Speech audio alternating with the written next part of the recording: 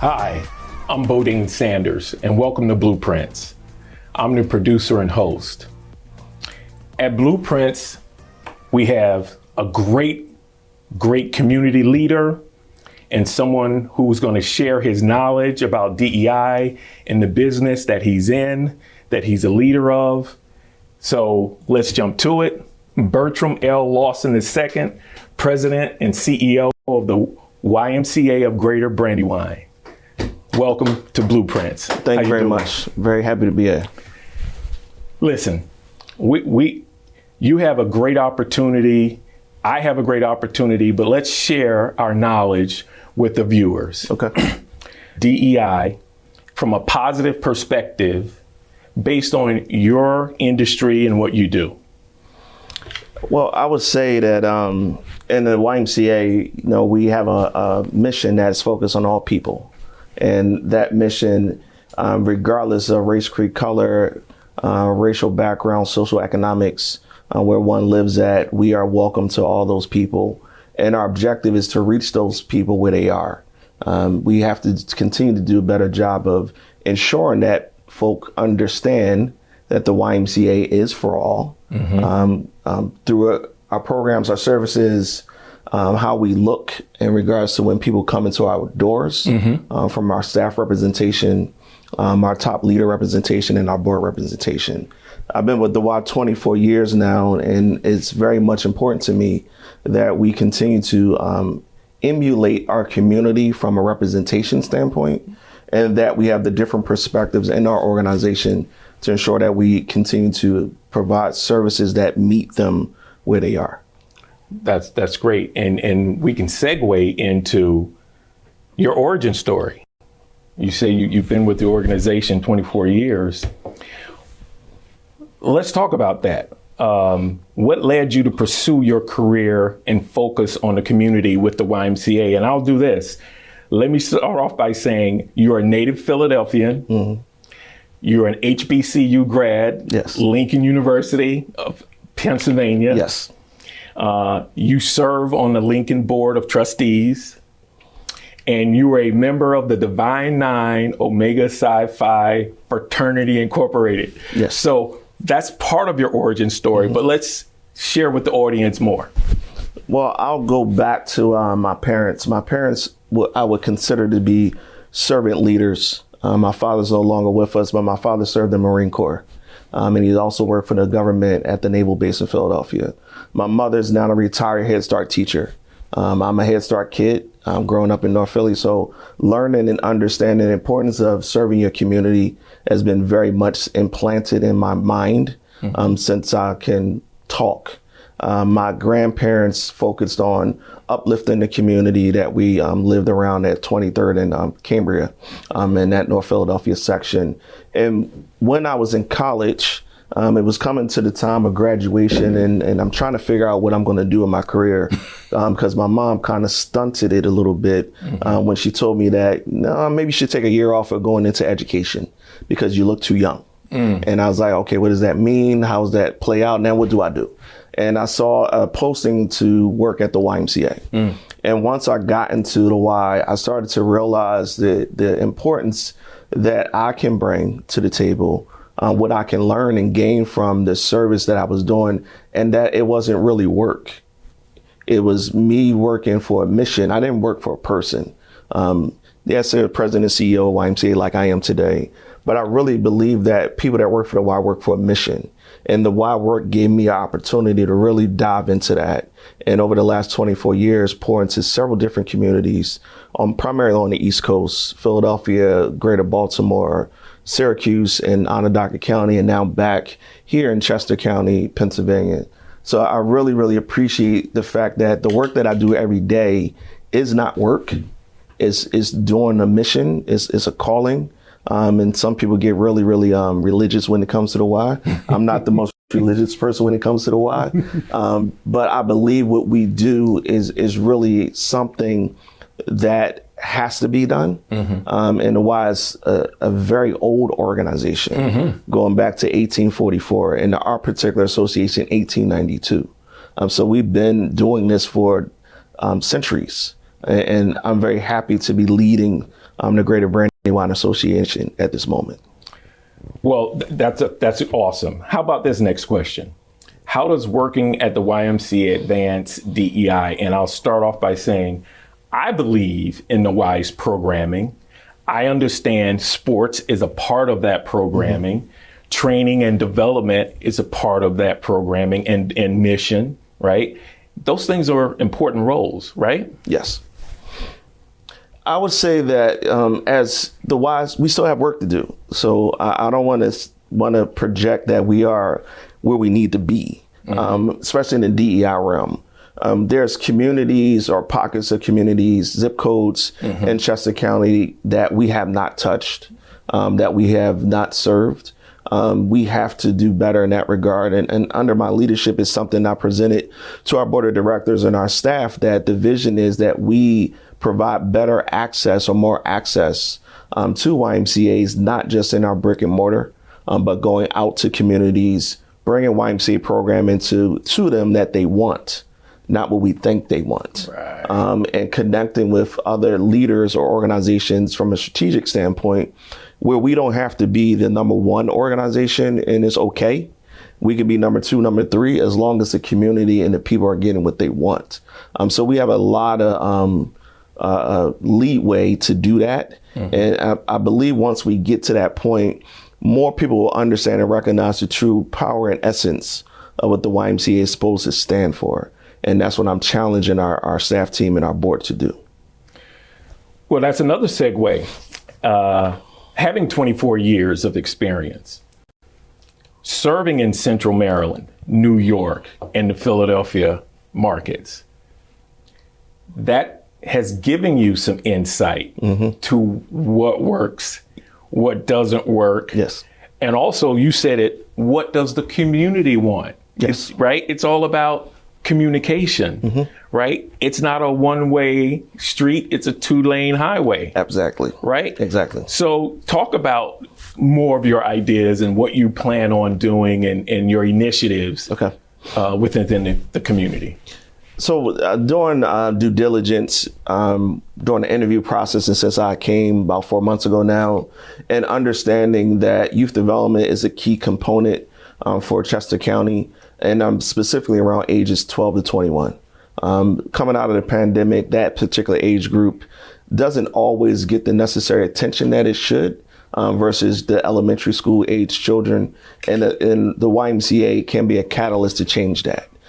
Bringing programs to service such as service learning projects, career, college, trade exploration, as well, to understand the importance of that everyone might not want to go to college. Right. And that we need all people from a diversity standpoint and the makeup to make the world go around. I'm not a plumber. I choose not to be a plumber. I'm not an electrician. I choose not to do that. Right. But we need people that can do those things. Absolutely. And if we don't have that, I think we'll have problems. Yeah, society breaks down. Society breaks down. So the YMCA can be a catalyst to open up avenues to support those efforts. I think chronic disease prevention from a health strategy and health innovation standpoint is important. We do health and wellness at the Y. Most people already know that. I want us to switch the narrative from focusing on coming to run on a treadmill or lift some weights to what is happening when you do those things. What are some of the other programs such as diabetes prevention or Live Strong, which is our cancer management program that we do on a constant and regular basis that people probably not even aware of. Right. We have behavioral specialists that work with our childcare children, our after school programs, our camp programs to help families and young people manage through the ramifications of COVID and just the ramifications of life. It's not just COVID, right, from a mental health standpoint. So those are just to name a couple of things that we are looking to bring to bear. And also, how do we tap into more the adaptive community, the special abilities community, and to ensure that they see the YMCA as an avenue to support that population in Chester County. Mm-hmm. We have programming already, but how can we enhance more programming around all of those particular subject areas? Awesome. You talk, and that's a lot of diversity in terms of programming. Yes. Let's talk about the importance of diversity in representation from all aspects, be it board, staff, members. Let's talk about those three. I think when the word diversity comes out, people get a little frightened. They get a little nervous, but I kind of try to make it simplistic in regards to you are dealing with diversity in your life on a regular basis. If you are married, you have a spouse, you have friends, you have family, you have brothers, you have sisters, there's diversity. There's the diversity that you can see, the diversities of how people learn, and the diversity of how people come to things. And it's not a scary word, is embracing it. And I think it's very important that from a what you can see standpoint, that people can see someone like myself leading this particular organization. I am the first African American to lead this organization since 1892. That doesn't, it's not heavy, but it's also not light. Right. It's important. Yes. But it's also overdue. I think it's also important from our senior leadership team that we have that representation. And I think it's very important from a governance standpoint. That's where our board does, that our board has that perspective at the table. If we are to serve communities in Chester County and beyond are diverse. If we are to ensure that we are bringing services to the people and meeting them where they are, those perspectives have to be at the leadership team internal to the Y and also at the volunteer level. When people don't see others that look like them, they generally may think that's not for me. When young people don't see someone that looks like them in the leadership capacity, they may doubt that they have the ability to ascend to that position. And in the YMCA nationally, unfortunately, there's only about 42, 43 African-American CEOs out of 750 organizations. Yeah. That's a very small percentage, 5%. Right. And any other classification of a minority group is less than that. So we have work to do nationally. We know that. Right. And I also know that from under my leadership of this organization, I'm not going to diversify for the purpose of just diversification. Right. It's going to be for to bring to bear more talent, to highlight areas that we have not uncovered, to utilize people in a way that helps, at the end of the day, us to meet our mission. Well, listen, I am a strong believer in diversity, equity, and inclusion. I talk about it. That's what the show is about. I believe in a spiritual foundation and a sports foundation because both are powerful. And if you have, for me, I look at it from those two foundations, and that's how my perspective developed. Yes. Right. And it can't lead you astray. Right. And so let's talk about the spiritual foundation, so to speak, because you have a diverse group of staff, you have a diverse group of folks who are members, right? And you want to, meet their needs. But then I know sports is an all-powerful vehicle to help introduce and build confidence and character. So let's talk about all those things. Well, I mean, the YMCA is synonymous with a number of different sports. If you think about the origin of basketball, volleyball, racquetball, the YMCA created all of those sports, and it's synonymous to what we do and who we are. And what I've learned from being a part of sports teams, I've actually haven't played on a sports team since high school, so it's been some time now. You retired, that's all. We all retired at some point. But I played football in high school. I'm a Central High School graduate. I'm a Lancer. Okay. So playing high school football and understanding the essence of the different positions and the diversity of the positions and how the positions have to work together. Yes. That 11-man team that's on the field, offense or defense, in order to score or keep someone from scoring to win the game.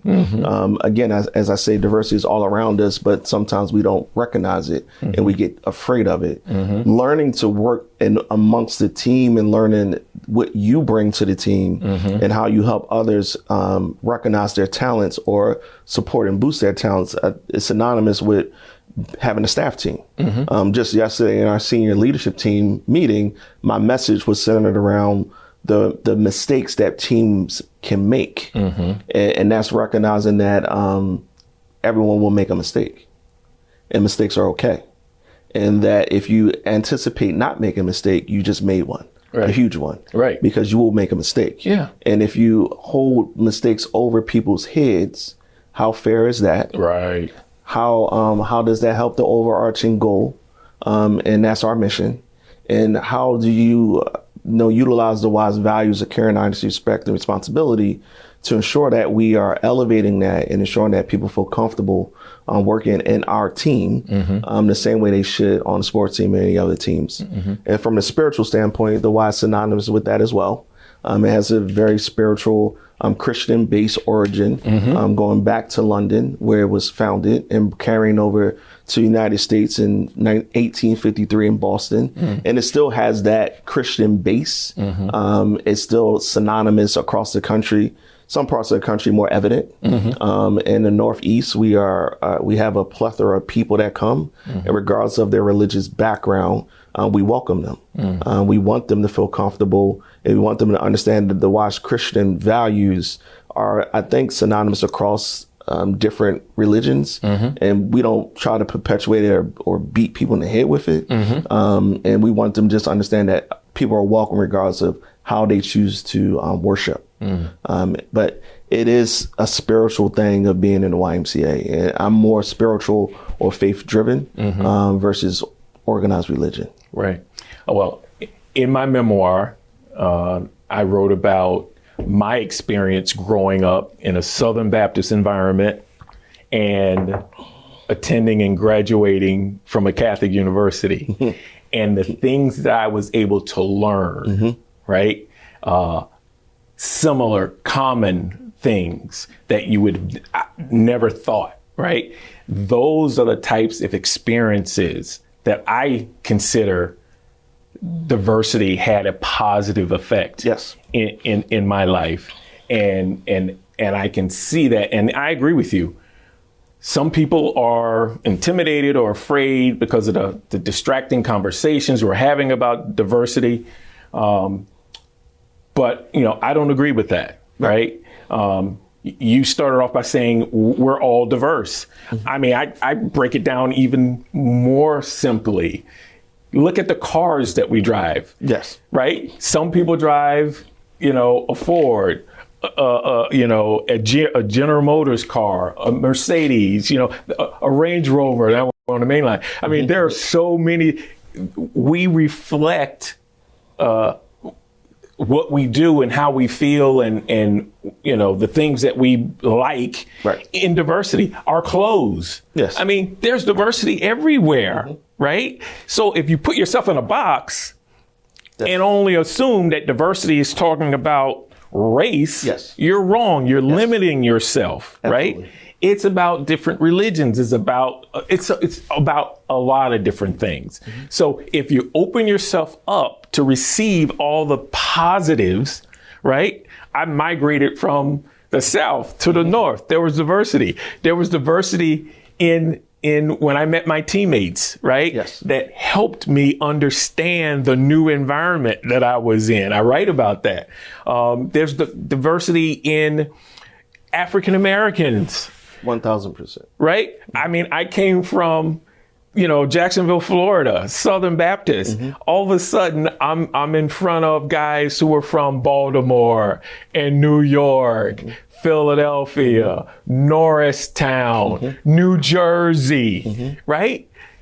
We weren't all alike. We had different, especially when it came to football teams. I learned early on, if you were a Dallas Cowboy fan in this area, you got a problem. You got problems, right? So it's not, people should not get hung up on that. Why make it more difficult? It is not. And with a large organization that's doing great work in the community like the YMCA, I think it's a perfect vehicle for folks. Does that make sense? No, it makes a lot of sense. When people come through our doors, we want to receive them in the manner that they're coming through the door. We want them to feel connected to our organization. We want to help them create some sort of social network. And we believe when people create social networks within our YMCAs, it breaks down barriers. You don't know who is who. You don't know their background. You don't know how much money they have. You don't know if they got financial assistance from us. You don't know where they live at until you start having a dialogue. And then you start to recognize that there's more similarities amongst people versus not. You know, when I mean, as a leader of the Y, it's different when I go into spaces and places. Sometimes I don't tell them who I am and I just start talking to people and then they open up. And especially when I speak with some of the older gentlemen, you know, they're from a different generation, right? And they have different life experience. But I can learn from that, right? As a younger person, I can learn from that, and they can learn from me too. And then once I tell them who I am, they're like, "Oh, so you're in charge." I'm like, "Well, yeah, but I'm still Bertram, right?" But there's diversity in that standpoint because they make a switch. You know, they stop talking to me as just Bertram. Then they start talking to me as president, CEO. And I'm like, "Yeah, you just switched on me." You know, how can we just keep this dialogue going? Because I don't want to be spoken to as president and CEO all the time. I just want to be spoken to as Bertram.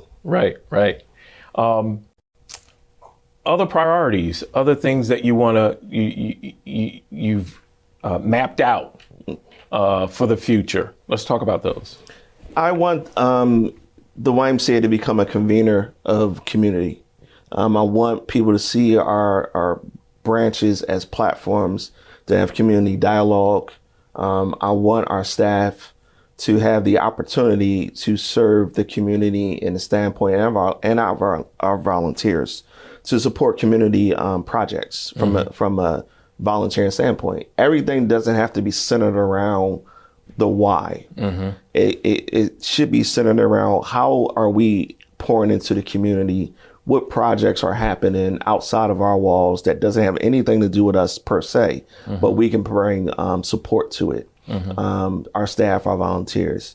And from convening the community, I want people to see us as a hub to have dialogue, conversation that impacts and elevates and make this Chester County region way better, which affects the greater Philadelphia region overall. Let's talk about the volunteers, right? You have different diverse volunteers, and the positive energy that they bring. Volunteers are, the origin of the Y. Most people don't know that. Paid staff was a relatively new thing, probably over the last 125 years.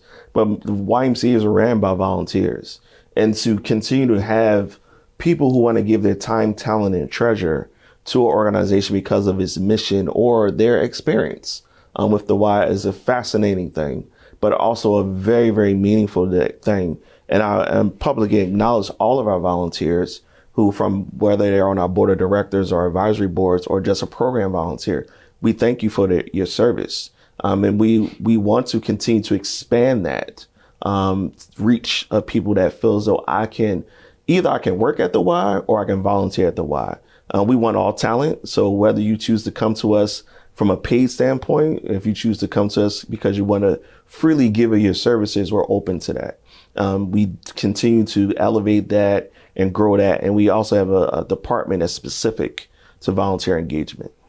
Let's talk about mentors. Do those volunteers and staff mentors, or you have a mentorship program?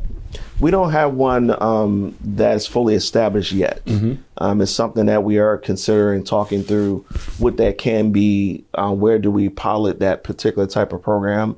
There is a need. And as I go back to focusing on youth 12 to 21, focusing on that particular age group, I think where we can really spark a true mentor program. Is there any local colleges in the area that you're looking and hopeful to establish some relationships with?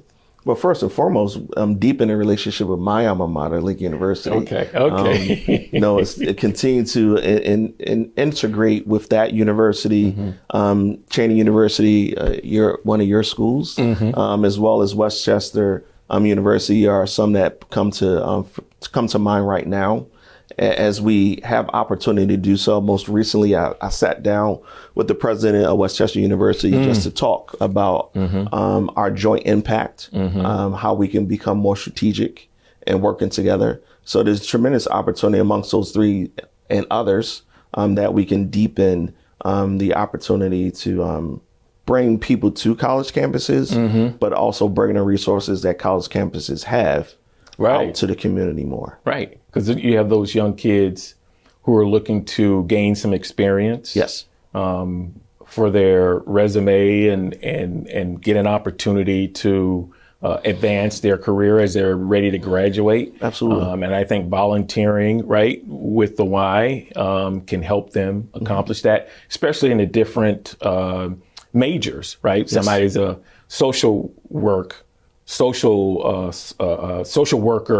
major, or a psychology major, or whatever major that fits what you, business major, or marketing major. There are all kinds of opportunities that the business of the Y can offer, right? Some students. Public policy is another one. Oh yeah, absolutely. Because public policy drives a lot, right?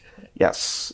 I happened to have the opportunity to serve as a, when I was in Syracuse, a guest lecturer for Syracuse University Maxwell School with public policy class, 130 students. Right. And getting to understand the importance of public policy, what that means for a YMCA or other nonprofits. Right. And how when whatever career path they go into, how that can be synonymous to support nonprofit efforts.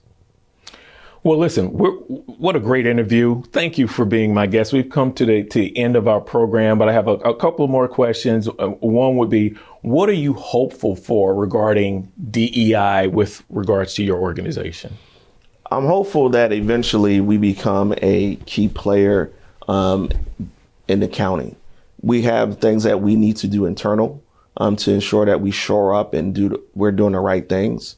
Our staff team prior to me coming have been working very hard in that area. My objective is now going to be expanded. And as we do our internal work, it allows us to do more external work. I wouldn't say that we're ever going to be the experts in it, but I'm going to say that we're always going to be advocating, working towards learning and understanding how to do better in that realm, and how we can continue to support marginalized groups of people internal to the Y and provide access, but also how we can support those groups outside of the YMCA. Well, listen, I know that you're working towards your MBA. Yes, I am. And I just have to bring this up. Now, listen, folks, this is a fun part of the program. You know, I began my career at Cheyney University. And so I was only there one semester. And, you know, there's this ongoing debate of who is the oldest HBCU. You know, folks throw out Howard, they throw out Lincoln. Some folks, you know, throw their name in the hat. What is it? Morehouse and Spelman and some of these, Wilberforce. Come on. It's really all in the semantics. But the thing is that I want to ask you, what did your experience at Lincoln? What did your experience of pledging Q? What did your experience along the way on all the things you've accomplished help you in this role as the president and CEO of the YMCA of Brandywine? I would say my time at Lincoln, as coming on that campus as an 18-year-old, straight out of North Philadelphia, going to a rural part of Pennsylvania, was eye-opening. I actually had never seen the stars that close. I guess it was the smog in the city that blocked the stars. There you go. And breathing different type of air. Yeah. But that campus is one of hollow ground. Walking on the grounds where Thurgood Marshall was a student or Langston Hughes was a student, two presidents of Ghana as students, and being in that midst of that historical landscape, Lincoln poured into me and poured into all the students, I would say, and helped us to recognize and understand our interleadership. Our professors challenged us. There was no skating around. If you missed a class, you might see your professor at your dorm door, knocking on the door and giving you a lecture and telling you have a 0 for the day, and you better have your butt in class the next day. Kind of like a coach would in sports. Like a coach. Yep. And even down to the cafeteria staff team or the bursar's office. That place is special to me. I sent my son there. And it's one that Legacy. I continue to, go and support. I met my wife there. So it's a very special place to me. And the lion mascot is something that they talked about and what that meant to be a Lincoln lion. And you have to carry that and use your voice or roar, as we would say. We don't use our voice, we roar. We walk into rooms as we belong in the room because we have that thing of being a Lincoln lion. And Pledge and Omega just enhance that. The trials and tribulations to get to be an Omega man is not for the faint of heart. And it's lessons learned. You understand more about who you are. You learn more about being a teammate. You learn about sacrificing for others. You learn about the importance that community means. And Omega is all about uplifting its community. Wherever my brothers may live in the world, we are about uplifting our community. And it's a lifelong responsibility. I'm an active member now 27 years. And I pledged in 1996. Nice. So, and it's really both of those places or both of those entities have majorly shaped me to understand how to lead and work with people, use influence versus my authority, how to understand the culture that I'm walking into, how to help to shape the culture, but also how to embrace the responsibility of what it means to be a leader.